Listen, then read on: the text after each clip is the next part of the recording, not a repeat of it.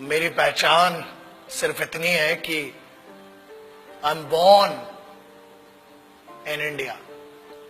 भारत मेरी पहचान है, भारत मेरा सम्मान है, भारत मेरा अभिमान है। आप मुझसे सब कुछ छीन सकते हो, मेरा तन, मेरा लहू, हर कुछ, मुझसे मेरी पहचान भारतीय होने की नहीं छीन सकते, और वही मेरी आइडेंटिटी है। मैं भारतीय हूं, इस पर बहुत गर्व है, और इससे ऊपर कोई गर्व मुझे चाहिए भी नहीं। मैं भारत मां का बेटा हूं पहले, उसके बाद एक मां ने मुझे जन्म दिया है इस भारत स्थल, भारत भूमि पर। उसी के लिए कुछ लिखा था ये कि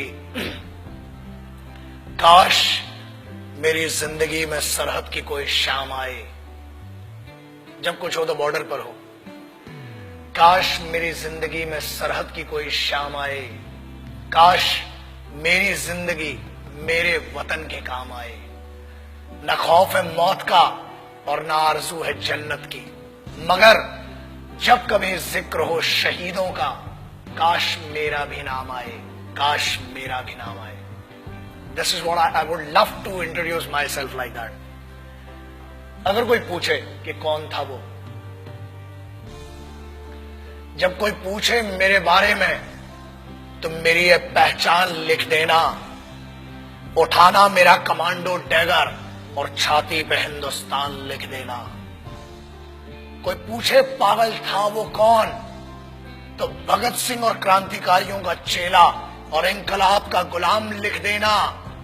और बचा हो जो जिस्म में लहू मेरे, निकालना उसे, फेंकना जमीन पे, और मां तुझे सलाम लिख देना। यही परिचय था, है और रहेगा।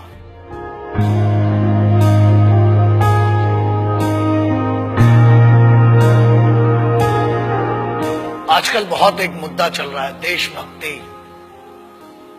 कुछ लोगों ने उसे हिंदुओं से जोड़ दिया, कुछ ने मुसलमानों से जोड़ दिया, कुछ ने सिखों से, कुछ ने ईसाइयों से। एक बात याद रखना, हम पहचान हैं, एक ऐसा महाविद्यालय, एक ऐसी university. It's like an university, it's like a college, the country is like college. We may have different wings, we may have different subjects, but we all belong to one college, and that college is Bharat, राष्ट्र।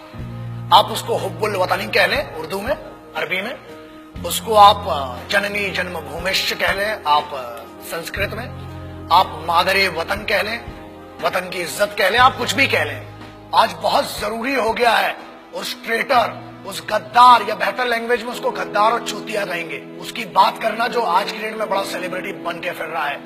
Let's talk about that person जिसने हर फौजी और हर इस भारत मां के बेटे को hurt किया है। आज उसके बारे में बात करना बहुत जरूरी हो चुका है। न हिंदुओं से न मुसलमानों से इस मुल्क को तकलीफ है गद्दार और बेईमानों से, जिन्हें हम हार समझ बैठे थे गला अपना सजाने को, वही अब नाग बन बैठे हम ही को काट खाने को। पिछले 2-3 महीने it has been disturbing me a lot. I being an Indian, I being a soldier, I being a simple son of this motherland, feel hurt, disheartened, and at the same time I feel pity for them. बुरा लगता है। कारण ये, लोग कहते हैं कि हम कुछ कर नहीं सकते। ऐसा है, करने पर आ जाए तो बहुत कुछ कर सकते हैं, लेकिन हम सम्मान करते हैं भारत के सर्वोच्च न्यायालय का, सुप्रीम कोर्ट का, और उसके आदेश की अवहेलना नहीं करना चाहते हैं। उसके आदेश का पालन करते हुए कुछ गद्दारों को आज भी छोड़ रखा है, वरना ऐसा है काम ही हड्डियां तोड़ने और जान लेने का हिंदुस्तानी फौज करती है। किसी ने कहा, मैं उन गद्दारों का शायद नाम भी लेना पसंद नहीं करूंगा, बिकॉज वो इतना भी डिजर्व नहीं करते कि उनका नाम इस जुबान पर आए। पर एक चीज बोलना बहुत जरूरी है। कुछ लोगों ने यह कहा कि भारतीय सेना रेपिस्ट है। अगर घरों में बैठे हो ना, और अगर तुम्हारी बहनें और तुम्हारी माएं घर से निकल के जा रही हैं, तो सिर्फ ये हिंदुस्तानी फौज है जिसकी दम पे तुमने भाई होने का, बाप होने का फर्ज नहीं निभाया होगा, मगर this is the only Indian armed forces which maintain that dignity of a soldier and maintains that brotherhood. आपकी बहनें, आपकी माएं अगर सुरक्षित हैं तो वो भारत की सेनाएं हैं जिनके कारण है। बोलने के पहले सोचा करो। और किस्मत बहुत अच्छी थी कि फौज के सामने नहीं बोला, वरना जो हीरो बना दिया ना इस देश में, फौज तुम जैसों को छोड़ती भी नहीं। मगर ये भारत का संविधान है, this is the constitution of India, जिसने बांध रखा है हमारे हाथों को। क्रोध करना मेरी आदत नहीं है, मगर आता है गुस्सा। इसलिए आता है क्योंकि चाणक्य ने कहा था कि अक्सर मैंने झूठे लोगों को मुस्कुराते हुए देखा है। जो सच बोलता है और दिल से बोलता है उसको गुस्सा बहुत आता है। और ये गुस्सा इस बात का है कि इस देश में कुत्तों को मारने की परमिशन नहीं है, इसलिए अभी तक बचे हुए हो। फौज को रेपिस्ट बोलते हो। Ask your sisters and your mothers, ask your family members, if there are 10 young boys and if there is a single soldier, ask a girl, ask a young girl, where would she go for the help and whom would she ask for the help? And I ensure this, that girl would go to a soldier and ask, and she'll say one thing, certainly she'll say, and she'll use this word, भैया मेरी मदद कीजिए। क्या है ये? जवानी संभल नहीं रही है तो बताओ। 23 साल में शहीद आजम भगत सिंह, राम प्रसाद बिस्मिल, अशफाकुल्ला खान, चंद्रशेखर आजाद बड़ा बड़ा काम करके चले गए। बहुत गर्मी है, अरे सेना ज्वाइन करो, भारत की फौज, आओ दुश्मनों से लड़ो ना। घर के अंदर क्यों दुश्मनी का माहौल बनाते हो? एक बात कही गई जिसपे बड़ा दर्द हुआ कि अफजल, अरे वो गद्दार टेररिस्ट, उसके लिए बोलते हो, उसको हीरो बना दिया तुमने, वरना कोई जानता भी नहीं था। ऐसे बहुत आए गद्दार, बहुतों को फांसी लगाई। उसको कहा गया कि अफजल हम शर्मिंदा हैं, तेरे कातिल जिंदा हैं। I feel ashamed for these guys.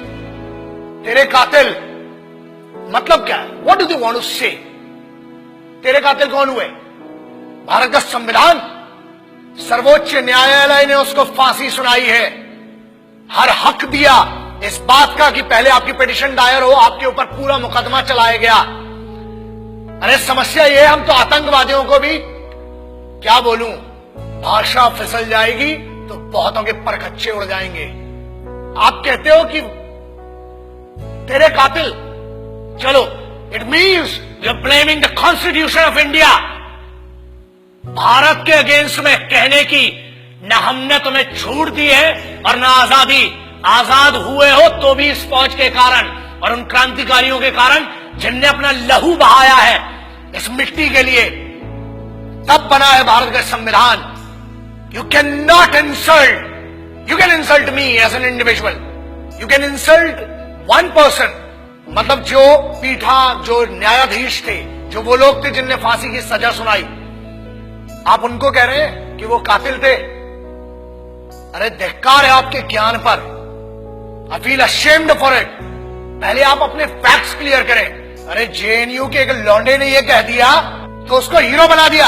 And no wonders, अगली बार मेंबर ऑफ पार्लियामेंट बन के बैठेगा तुम्हारी छाती के ऊपर। हीरो बनाने वाले तुम हो। मुझे किसी से पर्सनल कोई प्रॉब्लम नहीं है, इनकी औकात भी नहीं है मुझसे पर्सनल प्रॉब्लम रखने की।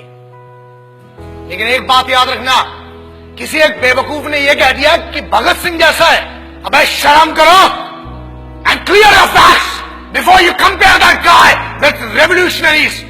कौन थे वो? किसकी बात कर रहे हो? उस इंसान की who can not deliver two right sentences in one particular language. आप उसकी कंपैरिजन कर रहे हो जो भारत के संविधान को गद्दार कह रहा है। आप उनकी बात शहीद आजम, भगत सिंह, सुखदेव, राजगुरु ऐसे लोगों से कर रहे हो। कौन थे वो? पता है तुम्हें? तुम एक क्लास के एक छोटे से सब्जेक्ट को पढ़ के ज्ञानी बताते हो और तुम ये कहते हो कि क्रांति लाओगे। क्रांति होती क्या है? क्रांति सबसे पहले शुरू होती है राष्ट्र से। भारत मां या मिट्टी, I don't want to name this nation Bharat Mata और anything, but I want to say something. ये मेरी तो मां है और मेरे जैसे कई पागलों की मां है। याद रखना, बहुत छूट मिल गई है।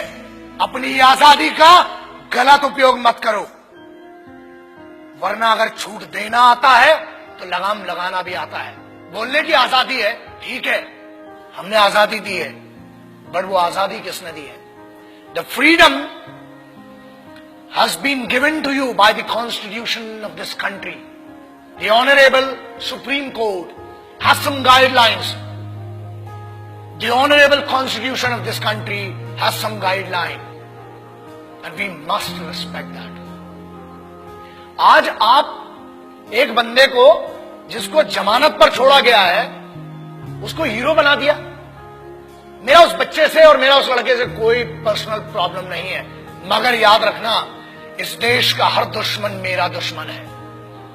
इस भारत माता, इस मिट्टी के ऊपर कोई भी बात करेगा, that guy, that person has to face me and the soldiers of this country. आप कैसे भारतीय सेना को रेपिस्ट कह सकते हो? शर्म करो सेंटेंस के ऊपर.